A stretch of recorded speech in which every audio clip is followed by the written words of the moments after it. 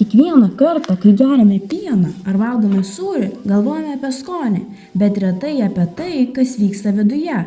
Ar žinojai, kad stiklinėje pieno plaukioja milijonai kalcio jonų, mažų, teigiamai įkrautų dalelių, kurios palaiko mūsų kūno stiprybę?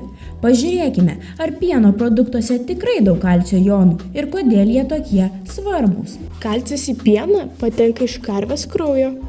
Pieno liaukose dalis kalcio ištirpsta vandeninėje pieno dalyje, kaip kalcio jonai, o kita dalis prisijungia prie baltymų, vadinamų kazeino micelėmis.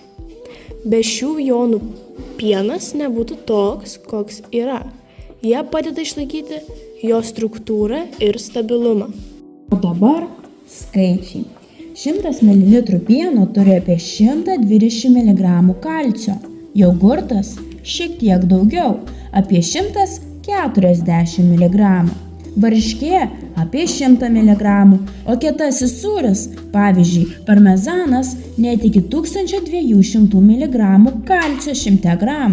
Dalis šio kalcio yra surišta, bet didelė jo dalis būtent joninė. Taigi taip, pieno produktuose kalcio jonų yra tikrai daug. Kai geriame pieną, kalcio jonai lengvai patenka į mūsų organizmą. Būtent tokia ištirpusi joninė forma leidžia kalciui greitai įsisavinti žarnyne. Kraujyje šie jonai atlieka daugybę funkcijų. Jie padeda raumenims susitraukti, perduoda nervinius signalus, dalyvauja kraujo krešėjime ir, žinoma, stiprina kaulus bei dantis. Kalcis tai mūsų kūno statybinė medžiaga. Kai jo netrūksta, kaulai tvirti, bet jei trūksta, šie tampa trapūs kaip sausainis, kuris lengvai lūžta. Taigi, į klausimą, ar daug kalcio jonų pieno produktuose, galima atsakyti užtikrintai. Taip, jų daug.